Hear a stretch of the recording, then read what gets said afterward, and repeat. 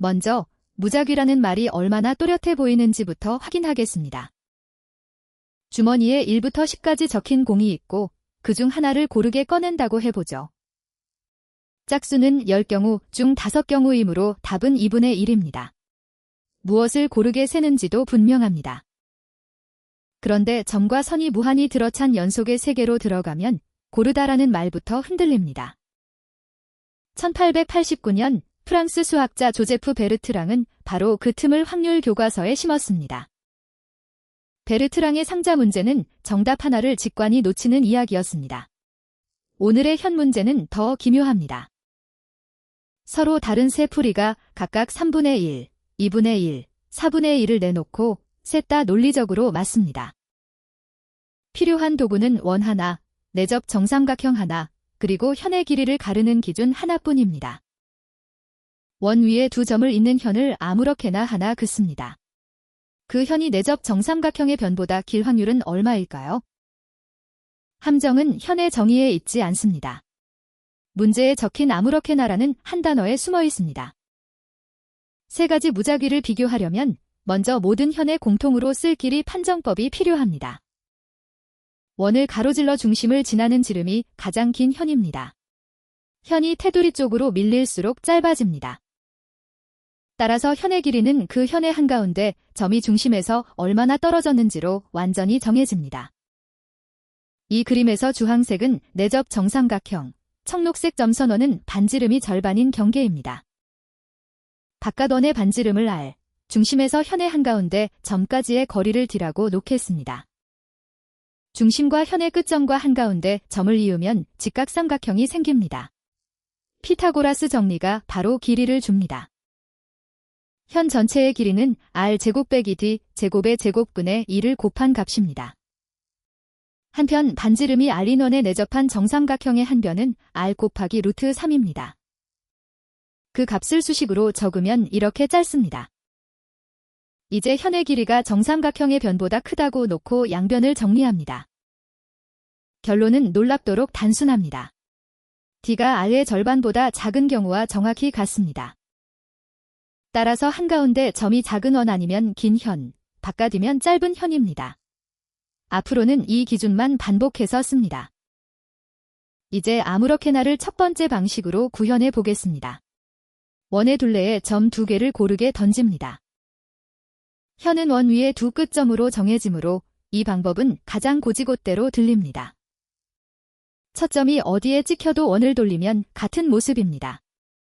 회전 대칭으로 첫 점을 한 곳에 고정해도 됩니다. 고정한 첫 점을 정삼각형의 한 꼭지점이라고 생각하겠습니다.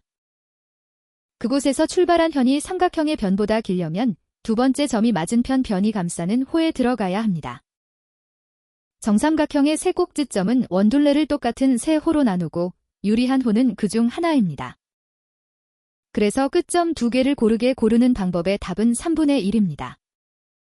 말을 바꾸면 두 끝점이 충분히 마주보는 조합이 전체의 3분의 1을 차지한다는 뜻입니다.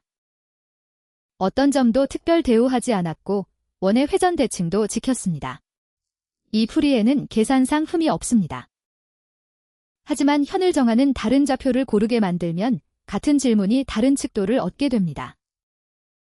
두 번째 방법은 현의 방향과 중심에서의 거리를 직접 고릅니다. 먼저 방향을 아무렇게나 고릅니다. 어느 방향도 더 자주 나오지 않게 회전각을 고르게 뽑습니다.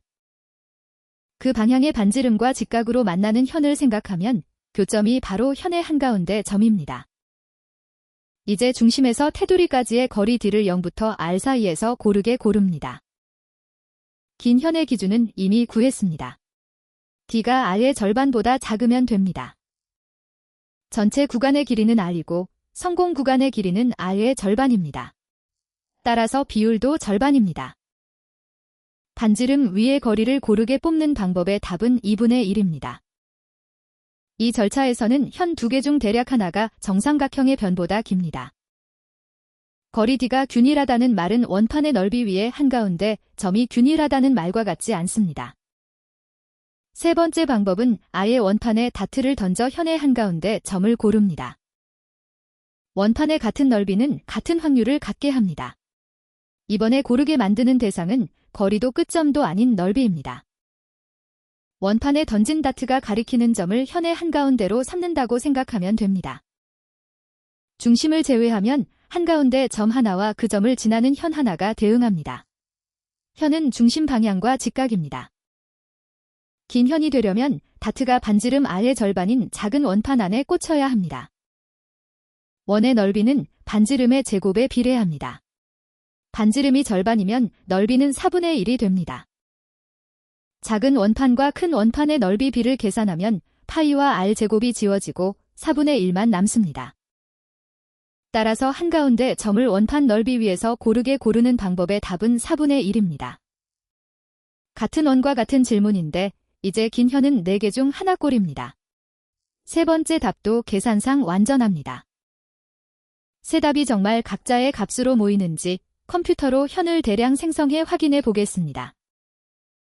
원문 실험은 각 방법으로 현을 20만 번씩 꼽고 긴 현의 비율을 셌습니다. 왼쪽부터 끝점, 거리, 넓이를 고르게 뽑은 결과입니다. 같은 원인데 청록색 현의 밀도가 다릅니다. 밝은 청록색은 긴 현, 어두운 회색은 짧은 현입니다. 가운데가 가장 밝고 오른쪽이 가장 어둡습니다. 방법 1에서 관측된 긴 현은 33.25%였습니다. 방법 2에서는 49.98%가 나왔습니다. 방법 3에서는 25.14%였습니다. 이론값 3개를 한 줄에 놓으면 3분의 1, 2분의 1, 4분의 1입니다. 유한한 표본이라 조금씩 흔들리지만 세 실험은 각각 자기 이론값 근처에 정확히 내려앉았습니다. 원문의 대화형 실험에서 3000개씩 다시 뿌려도 막대는 방법마다 다른 목표값 주위에 멈춥니다. 그러므로 누군가 셈을 틀려 답이 갈라진 것이 아닙니다. 서로 다른 확률 실험을 같은 문장으로 불렀던 겁니다. 비밀을 더 선명하게 보려면 현을 지우고 현의 한가운데 점만 지도에 남기면 됩니다. 긴 현 사건은 한가운데 점이 반지름 절반짜리 원 안에 들어오는 사건과 같습니다. 그러니 답이 다른 유일한 이유는 세 방법이 한가운데 점을 서로 다른 분포로 뿌리기 때문입니다. 세산점도는 현을 지우고 한가운데 점만 남긴 그림입니다. 청록색 점은 긴 현을 뜻합니다. 방법 1의 점들은 작은 원 바깥에 더 많이 노딥니다. 끝점 2개가 충분히 마주봐야만 중심 가까이 오기 때문입니다. 원둘레에서 독립적으로 뽑은 두 점이 거의 정반대에 놓이는 짝은 그리 흔하지 않습니다. 방법 2의 점들은 중심 쪽에 더 빽빽합니다. 반지름 방향의 같은 길이 구간이 같은 확률을 받기 때문입니다. 거리 D를 고르게 뽑으면 안쪽의 좁은 고리와 바깥의 넓은 고리가 같은 거리 몫을 받을 수 있습니다. 방법 3의 점들만 원판의 넓이에 맞춰 고르게 흩어집니다. 그래서 성공 확률이 곧 작은 원판의 넓이 비입니다. 같은 작은 원 안에 드는 비율이 왼쪽부터 3분의 1, 2분의 1, 4분의 1로 달라집니다. 결국 끝점을 고르게, 거리를 고르게, 넓이를 고르게라는 세 문장은 서로 다른 뜻입니다. 무한한 경우에 어떤 부분이 얼마의 확률 몫을 갖는지 정하는 약속을 수학에서는 측도라고 부릅니다. 원래 문제는 이 측도를 말하지 않았습니다. 그래서 답을 하나로 고정할 정보가 애초에 부족했습니다. 그렇다면 가장 자연스러운 측도를 대칭해서 찾아낼 수는 없을까요?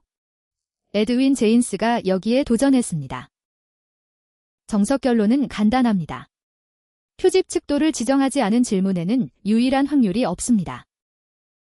하지만 1973년 물리학자 에드윈 제인스는 정답이 없다는 데서 멈추지 않았습니다. 문제는 원의 크기를 말하지 않습니다.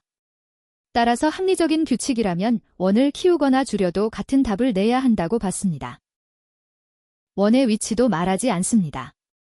원을 평행이동해도 같은 무작위 법칙이 적용되어야 한다고 요구했습니다. 방향 역시 특별할 이유가 없으므로 회전 대칭을 지켜야 합니다. 크기, 위치, 방향을 바꿔도 규칙은 같아야 합니다. 제인스의 설정에서 이 불변성을 함께 만족시키면 살아남는 것은 방법 2의 거리 균일 분포입니다. 즉 중심에서 현까지의 거리 D가 0부터 R 사이에 고르게 퍼집니다. 그러면 D가 R의 절반보다 작을 확률은 전체 길이 R 가운데 R의 절반이므로 2분의 1입니다. 제인스가 제안한 이상화된 실험은 충분히 긴 빨대를 평면에 무작위로 떨어뜨리고 원과 교차한 것만 현으로 셉니다. 그 조건부 무작위 직선 모형은 원의 크기와 위치에 따른 특혜를 없애고 긴 현의 비율을 2분의 1로 이끕니다.